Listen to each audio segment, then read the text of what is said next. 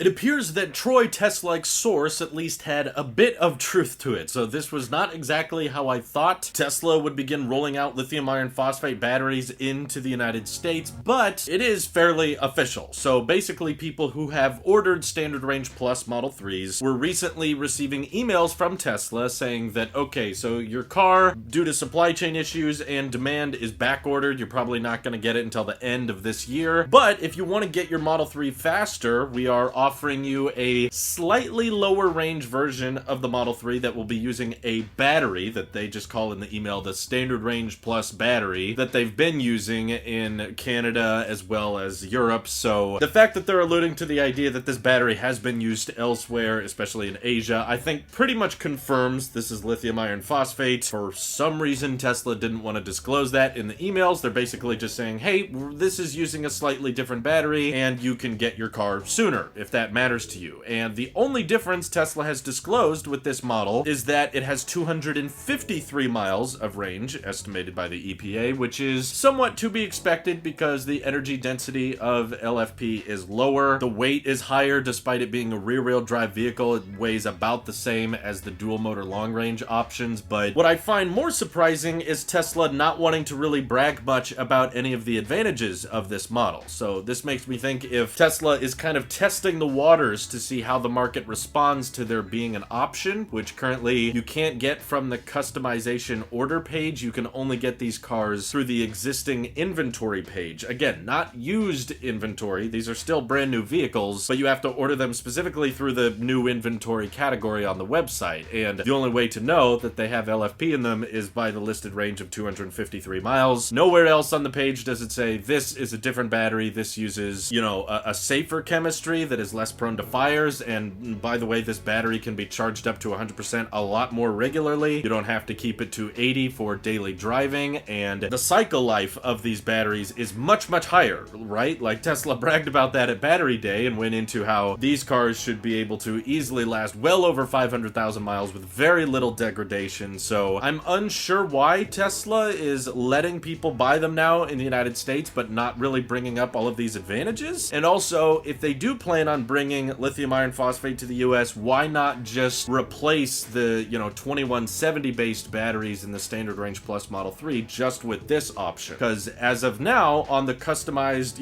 order page for the Model 3, it still says 263, and the existing inventory page is the only way to get these new batteries. So essentially, Tesla is keeping both around. It's like a matter of if you want to get your car in a hurry, then you can use these batteries that are from China, or if you want to just get that extra 10 miles of range to get 263, then you can buy a Standard Range Plus Model 3 from the order page, and you're just going to have to wait until next year to get it. So I would love to hear the thought process here. I've also seen a lot of speculation on whether or not the vehicles Tesla is selling and telling people about are actually built in China, or if they are just shipping over batteries from China and somehow quickly equipping them into the Fremont-made Model 3s. Most people's running theory is that these were not built in China, but I wouldn't swear that off too quickly just because I know that the manufacturing process to get lithium iron phosphate into the Model 3 is not that simple, and I have to imagine that the manufacturing line for Giga Shanghai is quite different than that from Fremont, so I don't know how simple it would be to just pop in some new batteries and keep both assembly lines going, so you have an iron phosphate line and a 2170 line. It doesn't seem like Tesla's best interest to complicate one trim of their vehicles like that, and because you can only order from existing inventory, maybe they just got a small shipment of these Teslas and they're unsure whether or not they want iron phosphate to completely replace that option, so they're just going to have both around. It's like almost an off-menu option. It's like if you want the high cycle life and if you want the safer battery that can charge to 100% regularly, then you know exactly how to get it, right? You got to go to this one part of the website and you got to know what trim you want, and hopefully they have that trim on existing inventory and you order it that way. But average consumers, they intend on just keeping the 2170 option for them. But frankly, I would love to hear your guys' opinion on this, but I would much rather take a 10-mile range hit if it meant that I could charge up to 100% multiple times a week and not have to worry about degradation. I would prefer the higher cycle life because the truth is you may want all the range you can get and say, no, 253 is too low, I want 263 on the Standard Range Plus Model 3, but because it's using 2170 cells, it's likely to degrade the battery a bit quicker, and that may result in you having a range 253 or lower within like the first year of ownership. And I just don't think the degradation on these iron phosphate batteries is going to be that much. So personally, I don't know if the supply chains are the problem or how complicated it is for Tesla to make this happen, but I think it would be a very smart idea for them to completely switch over to iron phosphate for all standard range Teslas in the United States, which of course right now is just the Model 3. But as we know, the Model 3 does not take into effect the gigapress technology and the manufacturing simplicities that Tesla has accompanied with the Model Y. So I know that Tesla was originally against the standard range Model Y, but Troy Tesla-like brought up that the standard range Model Y over in China uses a 12% larger battery than the standard range Model 3. Both batteries are iron phosphate, but they give the Y a slightly bigger one. So if they were to use those exact same battery packs over in the United States and you applied a 12% increase in range on the Model Y, you'd be looking at somewhere between a 260 and a 280 mile range Model Y with the high cycle life, and it would be a lot cheaper. It would be rear-wheel drive, of course, but we know from Elon's comments that the iron phosphate batteries are a lot cheaper to build because they don't require cobalt and they don't require nickel. Iron is very plentiful, and they've had tremendous success with the standard range options over in China. So if they brought those here, lower the price, you can build the vehicles faster, get inventory out there further, and sure, the total price of the vehicle may not be as high, but I have a feeling that the margins still might be quite good because you get to drop that front motor and you get to drop the expensive 2170 cells. And with the Y, of course, it's going to be more expensive than the Model 3, so that helps with your margins. But as a lot of people are assuming, the Model Y probably costs less to build than a Model 3 because of the gigapress and all of the robots and manufacturing steps they get to skip. And since Giga Texas and Giga Berlin are going to need 2170 cells to start out with before 4680s are fully ramped, I think it makes perfect sense for, if CATL has the batteries ready over in China and it doesn't cost too much to ship them over to Fremont, bring over iron phosphate, okay? I think this is the future of a lot of Tesla's batteries. It makes sense for energy storage. Of course, the 25K,